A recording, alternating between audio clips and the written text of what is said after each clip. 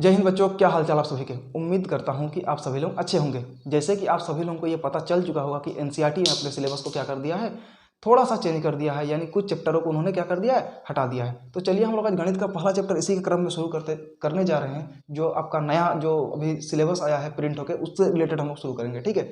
तो आप सभी को ये पता चल चुका होगा कि गणित में हमारा पहला चैप्टर जो था वास्तविक संख्या, उस चैप्टर से एक्सरसाइज यानी कि प्रश्नावली 1.1 को क्या कर दिया गया, हटा दिया गया है। जहां आपको क्या पढ़ाया जा रहा था, यूक्लिड विभाजन, अब वो खत्म हो चुका है। तो हम आज से शुरू करने वाले हैं हमारा पहला चैप्टर के रूप में किसको, 1.2 को, यानी कि हमारा पहला चैप्टर शुरू करने वाले हैं किसको, 1.2 को, क्योंकि हमारा 1.1 खत्म हो चुका है। तो आपके नए बुक में ये नया सेगमेंट क्या हो जाएगा, 1.1 के रूप में आ जाएगा, ठीक है। तो चलिए शुरू करते हैं फिर आज का हमारा पहला चैप्टर। और जैसे कि एनसीईआरटी ने बदला है, तो आप अगर किसी भी बोर्ड से हो, जैसे झारखंड हो गया, उड़ीसा हो गया, बिहार, बंगाल, कहीं से भी हो, तो आपके भी सिलेबस में ये चेंजेस देखने को मिलेंगे, क्योंकि सारे जो बोर्ड होते हैं ना, वो नई करके एनसीईआरटी को ही फॉलो करते हैं, ठीक है। तो चलिए आज हमारा पहला चैप्टर शुरू करने जा रहे हैं 1.2। तो चलिए शुरू करते हैं।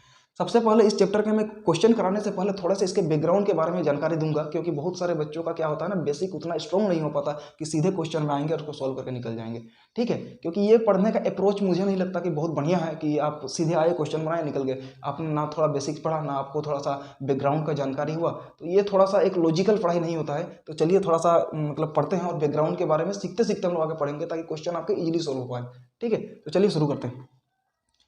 तो सबसे पहला हमारा जो चैप्टर है आज का एक्सरसाइज 1.2, तो इससे सबसे पहला जो चीज़ हम लोगों को सीखने को आज मिलेगा वो है अभाज्य संख्या। वो क्या है, वो है अभाज्य संख्या। अब आप में से बहुत सारे ऐसे बच्चे हैं ना, जिनको अभाज्य संख्या और विषम संख्या एक जैसा ही चीज़ लगती है। जिनको अभाज्य संख्या और विषम संख्या जो है ना, एक ही चीज़ लगती है। बहुत सारे बच्चों में ये कन्फ्यूजन हो जाता है भाई कि अभाज्य संख्या और विषम संख्या क्या है, एक ही जैसी चीज़ है। अब मैं दोनों में एक एक एग्जाम्पल लिखता हूँ यार। जैसे मैं यहाँ पर लिखता हूँ 2, 3, 5, 7, 9।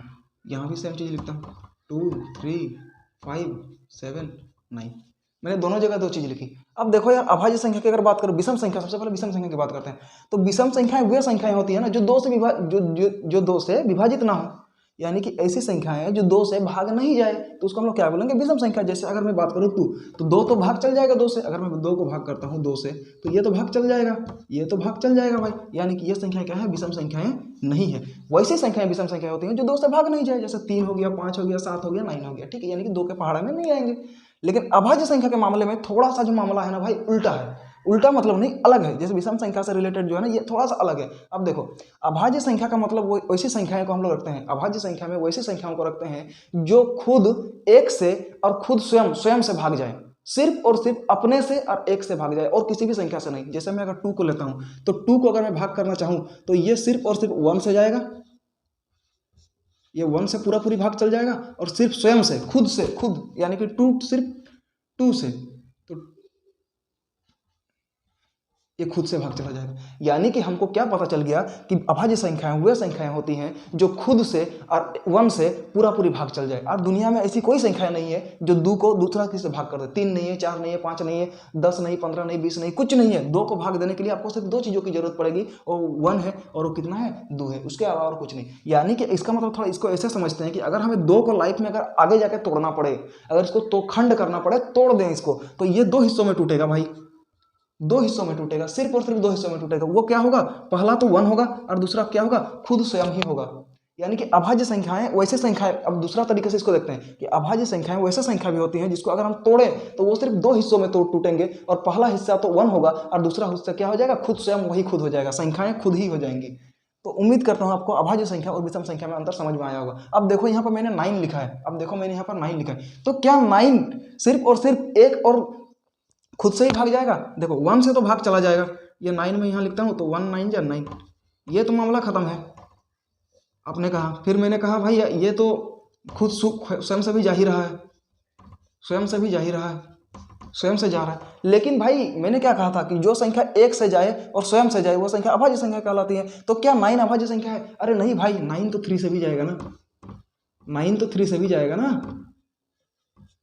9 तो 3 से भी जाएगा ना। तो इसके कितने खंड हो गए, 1, 2 और 3। अगर मैं 9 को ऐसा लिखना चाहूँ तो मैं इसको ऐसा लिख सकता हूँ 1 × 3 × 3। अब बताओ, अब मैंने क्या कहा था, वैसी संख्या है जिसको सिर्फ दो भाग में तोड़ा जा सकता है, और पहली संख्या तो वक होगी और दूसरी एक होगी, और दूसरी संख्या क्या होगी, स्वयं होगी, तो उसको क्या कहेंगे, अभाज्य संख्या कहेंगे। लेकिन 9 को तो हम लोग 3 पार्ट में तोड़ दिए भाई, 1 2 3, 3 पार्ट इसके हो गए, यानी कि जब भी हम लोग बात करेंगे 3 पार्ट में इसको तोड़ देंगे, तो इसका मतलब ये क्या हो जाएगा हमारे पास, ये अभाज्य संख्या नहीं रही, तो ये अभाज्य संख्या नहीं होगी। 9 बेशक ही विषम संख्या है, 9 बेशक ही विषम संख्या है, लेकिन अभाज्य संख्या नहीं है। तो ये कंफ्यूजन बहुत सारे बच्चों को होता है, उम्मीद करता हूँ कि ये कंफ्यूजन आपका क्या हो गया होगा, क्लियर हो गया होगा। तो चलिए अब बढ़ते हैं हमारे अगले। तो अभाज्य संख्या क्लियर हो गया आपका। अब थोड़ा सा बात करते हैं गुणनखंड की, अब थोड़ा सा बात करेंगे किसकी, गुणनखंड की, जहां आप पिछले क्लास में भी गुणनखंड के बारे में थोड़ा बहुत जानकारी तो है ही आपको, आपने तो पढ़ा है 9 क्लास में, 7 क्लास में, 8 क्लास में, लेकिन यहाँ थोड़ा गुणनखंड की बात करेंगे, ठीक है। तो थोड़ा सा बात करते हैं गुणनखंड की, ठीक है। जैसे मैंने 8 को लिखा, गुणनखंड से भी देखिए पता चलता है कि गुणनखंड यानी गुना करके किसी भी संख्या को तोड़ देना, यानी खंड कर देना, उसको बोलते हैं गुणनखंड। अब देखो इसको अगर हम तोड़ना चाहें तो किससे तोड़ेंगे, पहला तो 1 से टूट जाएगा, फिर मल्टीपल करेंगे किससे, 2 से, फिर मल्टीपल करेंगे किससे, 2 से, फिर मल्टीपल करेंगे किससे, 2 से। तो देखिए 1 2 2, 2 दूनी 4, 4 दूनी 8, हमने तोड़ दिया इसको, हमने तोड़ दिया ना भाई। ये पहला प्रोसेस तो हमने ऐसे करके तोड़ा इसको, ठीक है। अब दूसरा, इसको ऐसे भी तोड़ सकते थे। अब कोई बंदा आप में से ही खड़ा होकर आया, अब बोला सर हम इतना लंबा क्यों ले जाएं, हम तो इसको थोड़ा सा चीज में तोड़ते हैं, जैसे 1 कर दिए, 2 कर दिए और 4 कर दिए, 1 कर दिए, 2 कर दिए और 4 कर दिए। इसने कहा हाँ भाई ये भी तो सही है, 2 2 यानी कि 4 दूनी 8, 8 1 8, हाँ ये भी सही है, ये भी सही है। तो अब दिक्कत क्या है, तो इस चैप्टर में जो हम लोग बेसिक पढ़ने वाले हैं ना भाई, वो है हमारा अभाज्य संख्या, अभाज्य गुणनखंडों का अभाज्य गुणनखंड। ये आपका हो गया साधारण गुणनखंड, ये तो आपका हो गया गुणनखंड, ये आपका हो गया गुणनखंड, ये तो आपका हो गया गुणनखंड। लेकिन ये जो आपका इस प्रोसेस से जो हमने तोड़ा, तो ये आपका हो गया अभाज्य गुणनखंड। अब थोड़ा अंतर समझते हैं दोस्त, ये आपका हो गया अभाज्य गुणनखंड, ये आपका क्या हो गया, ये आपका हो गया अभाज्य गुणनखंड। यानी कि किसी भी संख्या को, किसी भी भाज्य संख्या हो चाहे अभाज्य संख्या, उससे मतलब नहीं है। अगर हम किसी भी संख्या को तोड़ें और उसमें सारी संख्याओं अभाज्य संख्याओं का यूज करें, उसको तोड़ने में सारी अभाज्य संख्याओं का ही यूज करें, जैसे यहाँ पर 2 अभाज्य संख्या है, 2 अभाज्य संख्या है, 2 अभाज्य संख्या है, सारी अभाज्य संख्याओं का यूज करें, तो हम उस तोड़ने का प्रोसेस को क्या बोलेंगे, अभाज्य गुणनखंड बोलेंगे भाई, अभाज्य गुणनखंड। जैसे मैंने इसको भी तो तोड़ा 1 2 4, आपने कहा इसको भी तो तोड़ा, इसको सर अभाज्य गुणनखंड क्यों नहीं बोलेंगे। अरे मेरे भाई देखिए, इसमें हम लोग किसको यूज किए हैं, 4 को यूज किए हैं। और अभाज्य संख्या क्या संख्या होती है, जो खुद 1 और स्वयं से भाग चला जाए, जो 1 से और स्वयं से भाग चला जाए। लेकिन आप मुझे बताइए, ये 1 से तो भाग चला ही जाएगा, 4 से तो भाग, खुद से तो भाग चला ही जाएगा। अरे मेरे भाई एक संख्या और बनती है जिससे 4 भाग चला जाएगा, आपका क्या है, 2 है। तो इसके कितने गुणनखंड हो गए, 1 2 3। और हमें क्या पता है कि अभाज्य संख्या वह संख्याएं होती हैं जिसके सिर्फ और सिर्फ 2 गुणनखंड संभव हो। सही बोला ना भाई मैंने।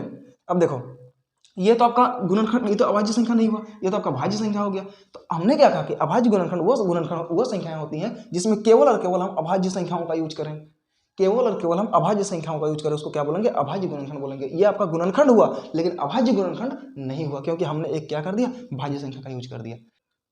अब थोड़ा सा बात करेंगे एलसीएम और एचसीएफ की, थोड़ा सा बात करेंगे एलसीएम, यानी कि इसको बोलते हैं लसा, लघुत्तम समापवर्तक, कम से कम। और एक आता है आपका एचसीएफ, एक आपका आता है एचसीएफ, इसको बोलते हैं मसा, इसको बोलते हैं मसा, यानी कि इसको बोलते हैं महत्तम समापवर्तक। एक आपका आता है एलसीएम यानी कि लसा लघुत्तम समापवर्तक, एक आपका आता है एचसीएफ यानी कि महत्तम समापवर्तक। अब इससे क्या समझेंगे सर, इसको क्या जानेंगे, इसके बारे में थोड़ा सा क्या जानेंगे, इसके बारे में थोड़ा सा समझेंगे, ठीक है भाई। तो एलसीएम और एचसीएफ क्या होता है कि अगर दो आपके पास संख्या दिया हुआ है, जैसे 6 मैंने दे दिया और मैंने 20 दे दिया, ठीक है। तो एलसीएम का मतलब अभी थोड़ा सा मतलब समझते हैं, उसके बाद हम लोग सोल्यूशन पे बढ़ेंगे, ठीक है। क्योंकि भाई देखो, अगर पढ़ाई का मतलब क्या है कि आपका दिमाग खुले, आप 2 3 4 डायरेक्शन से उस चीज को सोच पाओ, तभी जाकर आपका पढ़ाई का कुछ ना वैल्यू है। नहीं तो अदरवाइज मैं भी करता 1.2 निकालता, यहाँ पे पर्सनली 1.2 लिखता, सारे क्वेश्चन आपको एकदम धड़ाधड़ सॉल्व करा देता, आप छाप लेते, दोबारा रिवीजन करते, एग्जाम में जाके लिखते, आप पास हो जाते, कोई टेंशन वाली बातें नहीं था। लेकिन यार एजुकेशन का मतलब वो नहीं है कि आप जाके एग्जाम में लिखो, आपके 70 80 90% आ गए और आप लाइफ में खुश हो गए। अरे भाई आपको लाइफ में आगे बढ़ना है कि नहीं, आपको जाके कल को कॉम्पिटिटिव एग्जाम तैयारी करना है, आईआईटी नीट वगैरह सबका तैयारी करना है, तो वहां आपका ये दिमाग जिंदा चाहिए भाई। इसीलिए कम बच्चे सिलेक्ट होते हैं, क्योंकि जिंदा दिमाग चाहिए वहां पे बस ये रटने वाला काम नहीं चलता, आपने पढ़ा रिवीजन किया वो काम नहीं चलता, आप सोच पाओ, आपका सोच डेवलप हो, ये बहुत जरूरी है। इसीलिए मैं इतना बैकग्राउंड बता रहा हूँ, नहीं तो मैं भी अपना टाइम बचाने के लिए क्या करता, एक्सरसाइज 1.2 आता, सारे क्वेश्चन को सोल्व करा देता। मैं चाहता हूँ कि मैं आपको कॉन्सेप्ट इस तरह से बता दूं ना भाई कि क्वेश्चन मुझे सोल्व करने की जरूरत ना पड़े, आप खुद बताओ कि सर ये क्या आप मजाक कर रहे हो, आप तो सीधा हमें कॉन्सेप्ट बताओ, हम तो क्वेश्चन उड़ा रहे हैं। हमारे तो क्वेश्चन फंस ही नहीं रहे हैं कोई, हमारे तो सारे क्वेश्चन उड़ गए भाई। तो ये मेरा मकसद है यार, मेरा मकसद है नहीं कि 1.2 में आया सारे क्वेश्चन सोल्व करा दिए, अब आप रिवीजन कर लो, एग्जाम में जाकर लिख लो, पास हो जाओ। ना रे ना भाई, आप जब 11th क्लास 12th क्लास जब आगे पढ़ रहे हो ना, तो आप मुझे याद करो भाई कि यार उस बंदे ने उस टाइम पे सही कहा था कि दिमाग जिस दिन खुल गया ना अपना, तो उस दिन हम जो चाहे वो कर सकते हैं, अचीव कर सकते हैं, जैसे चाहे उसको वैसे रोटेट करके पढ़ सकते हैं भाई। मेरा मकसद वो है भाई, ठीक है। तो चलिए थोड़ा समझते हैं एलसीएम और एचसीएफ के बारे में, थोड़ा समझते हैं एलसीएम और एचसीएफ के बारे में। जैसे एलसीएम क्या होता है ना भाई, लोएस्ट कॉमन फैक्टर, अंग्रेजी में बोलते हैं, हिंदी में बोलते हैं इसको लघुत्तम समापवर्तक। यानी कि दो हम मेरे पास अगर पूर्णांक दिया है, जैसे मैंने एग्जांपल के लिए ले लिया 6 और 20 को, मैंने एग्जांपल के लिए किसको लिया, 6 को लिया, 20 को लिया। यानी कि अब मुझे इनके बीच की ऐसी छोटी से छोटी संख्याएं खोजनी है, इनके बीच की यानी कि इन दोनों से बीच की ऐसी छोटी से छोटी संख्याएं खोजनी है जो क्या हो जाए, जो 6 से भी डिवाइड हो जाए और 20 से भी डिवाइड हो जाए। मुझे ऐसी छोटी से छोटी संख्या खोजनी है जो 6 से भी भाग हो जाए और 20 से भी भाग हो जाए, 20 से भी भाग हो जाए। तो इसको बोलते हैं एलसीएम, यानी कि ऐसी संख्या खोजनी है जो 6 से भाग हो जाए और 20 से भाग हो जाए। लेकिन एचसीएफ के मामले में थोड़ा मामला अलग है भाई। एचसीएफ जैसे अगर मैं इसको एलसीएम की बात करूं तो मुझे छोटी से छोटी संख्या क्या क्या मिल सकती है, मुझे बताओ। मैं 6 से जाऊं तो 12 दोनों में नहीं जाएगा, यानी कि 30 20 40 60। अगर मैं 60 रखता हूं भाई, एक तो 60 रख लिया मैंने, दूसरा 120 रख लिया। आपने कहा सर ऐसी संख्याएं चाहिए जो जो इन दोनों इसको डिवाइड कर दे, यानी कि भाग कर दे पूरा पूरा। मैंने कहा नहीं भाई, मैंने कहा छोटी से छोटी ऐसी संख्या चाहिए जो 6 और 20 दोनों क्या कर दे, उसको भाग कर दे। तो मैंने दो संख्याएं निकाली, एक तो मैंने 60 निकाला, एक तो मैंने 120 निकाला। अब देखो यार, 6 पूरा पूरी 60 से भाग चला जाएगा और 20 भी पूरा पूरी 60 से भाग चला जाएगा। 6 120 से भी पूरा पूरी भाग चला जाएगा, 20 से भी पूरा पूरी 120 से भाग चला जाएगा। इसका मतलब क्या हुआ कि 120 को हम लोग एलसीएम माने या फिर 60 को एलसीएम माने। तो सीधा डिफिनेशन में ही चलते हैं भाई कि एलसीएम का मतलब होता है लघुत्तम समापवर्तक, यानी कि छोटी से छोटी ऐसी संख्या जो दोनों से भाग चला जाए। तो यार 120 से छोटा तो कौन है, 60 है ना। अब मुझे बताओ, तो 120 तो आपका एलसीएम नहीं होगा। अब मुझे बताओ, अगर ऐसी कोई भी संख्या है जो 60 से भी कम है तो वो संख्या एलसीएम हो जाएगा, ना कि 60 हो जाएगा। लेकिन इस मामले में सबसे छोटी संख्या जो है आपका क्या है, वो आपका 60 ही लग रहा है भाई मुझे। और कुछ है क्या, और कुछ है क्या, नहीं है। तो आपका 60 क्या हो गया, एलसीएम। तो हमने क्या किया, एलसीएम मतलब इन दोनों से क्या लिया, बड़ी संख्या हमने ली। लेकिन एचसीएफ का मामला अलग है मेरे भाई, एचसीएफ का मामला अलग है। एचसीएफ का मामला क्या है, एचसीएफ कहता है कि आपको बड़ी से बड़ी ऐसी संख्या ले जो इन दोनों को भाग कर दे, इन दोनों से भाग ना जाए, इन दोनों को ही भाग कर दे, इन दोनों को ही क्या कर दे, भाग कर दे। तो अब आपको लगता है कि इनसे छोटी ही संख्या होगी तभी जाके इन दोनों को भाग करेगा।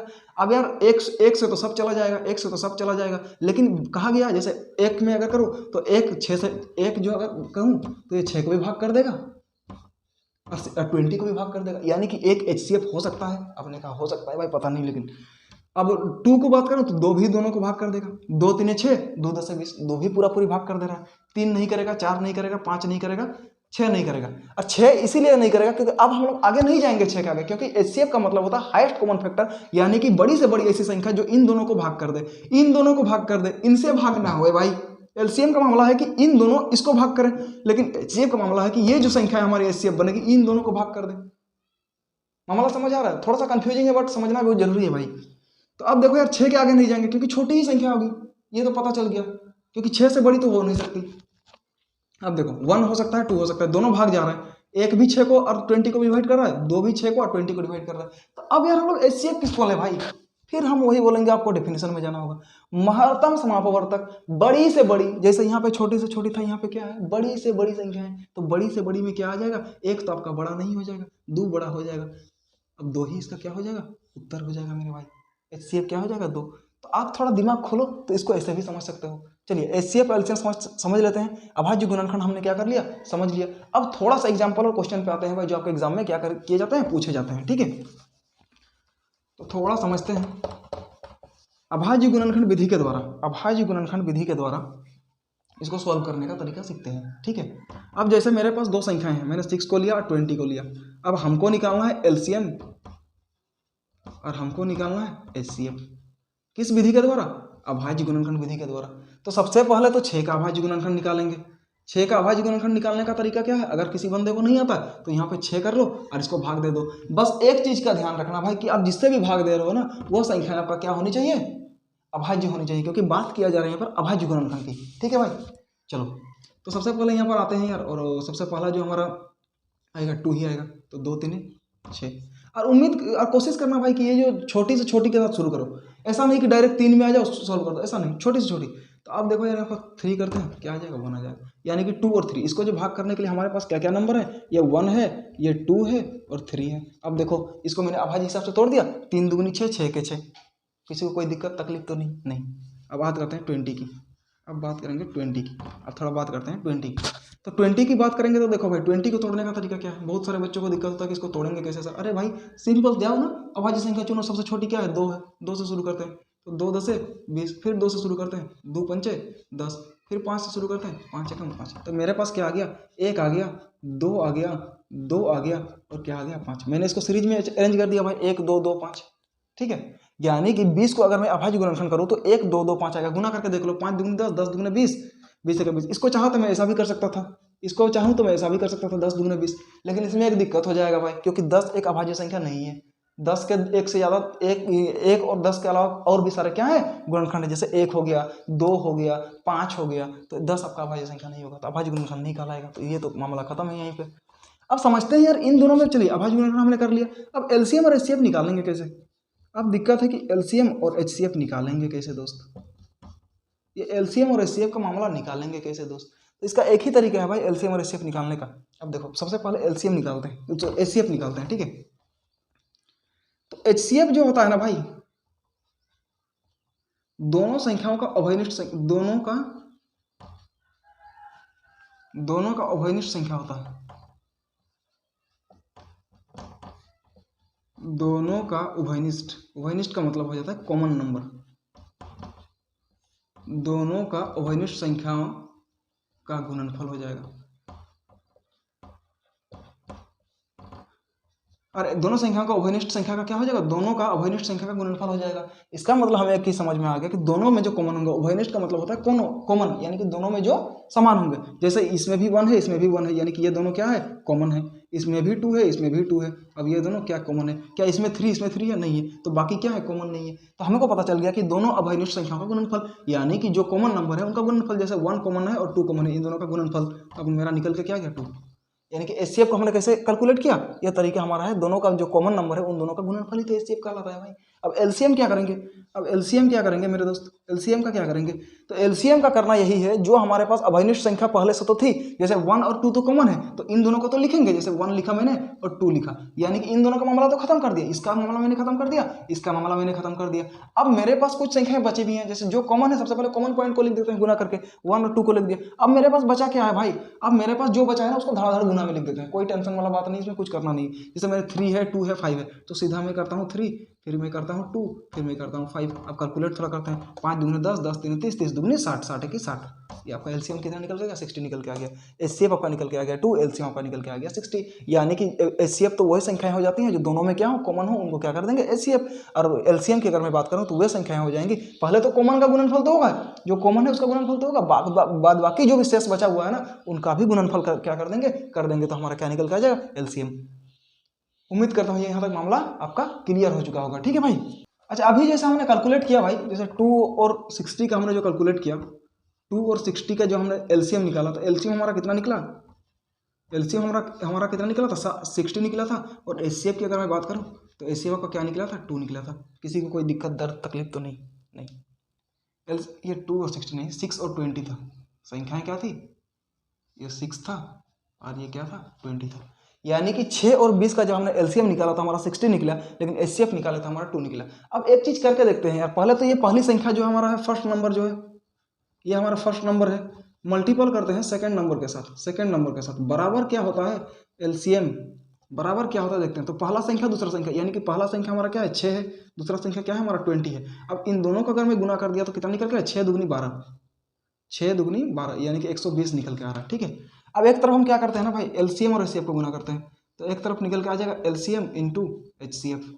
इसको करके देखते हैं, तो एलसीएम तो हमारा पता चल गया कितना है 60 है, एचसीएफ की बात करें तो हमारा कितना है 2 है, इसको भी मल्टीपल करते हैं तो 120।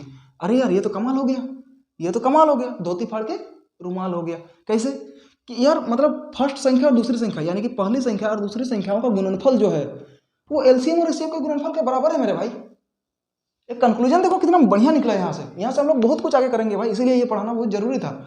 देखो पहली संख्या जो यहाँ पे निकला ना, तो पहली संख्या और दूसरी संख्या का गुणनफल 120 आया, वहीं पर एलसीएम और एचसीएफ का गुणनफल भी कितना आया, 120 आया। यानी कि हमें क्या पता चलता है कि जो हमारा फर्स्ट नंबर है,